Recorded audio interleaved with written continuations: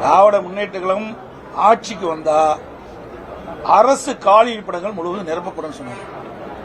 அதாவது அரசு காலி பணியிடங்கள் 3 லட்சம் காலி பணியிடங்கள் இருப்பதாக சுட்டிக்காட்டினாங்க. அரசு சார்ந்த காலி பணியிடங்கள் 2 லட்சம். ஆக மொத்தம் அரசாங்கத்தின் மூலமாக 5 லட்சம் காலி பணியிடங்கள் நிரப்பப்படும் சொன்னாங்க. இதுவரைக்கும் நிறைவேற்றிருக்காங்களா? கடந்த சட்டமன்ற கூட்டத்தொடரில் 50,000 அரசு காலி பணியிடங்கள் நிரப்பப்பட்டதாக அறிவிச்சிருக்கிறாங்க. இதுவரைக்கும் இந்த 4.5 ஆண்டு காலத்தில் 75,000 பேர் ஓய்வு பெற்றுட்டாங்க, பணி ஓய்வு பெற்றுட்டாங்க. அதுலயே 27 பாக்கி இருக்குது. கொடுக்கப்பட்ட வாக்குறுதி எதுவுமே நிறைவேற்றது கிடையாது. செவிலியர்களை பொறுத்த வரைக்கும் ஒப்பந்த அடிப்படையில் அவர்கள் பணியில் நியமிக்கப்பட்டாங்க. ஒரு குறிப்பிட்ட ஆண்டுகளானா அதை பணி நிரந்தரம் செய்வது எல்லா ஆட்சியிலும் இருப்பது.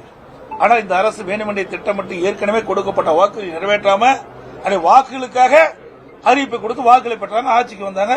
ஆட்சிக்கு வந்தபோது கொடுக்கப்பட்ட வாக்குறுதியை மறந்த அரசாங்கம் திமுக அரசு. குறைந்த விலை, நிறைந்த தரம், தங்கள் தேவைகள் அனைத்தும் ஒரே இடத்தில். ஜெயச்சந்திரன்.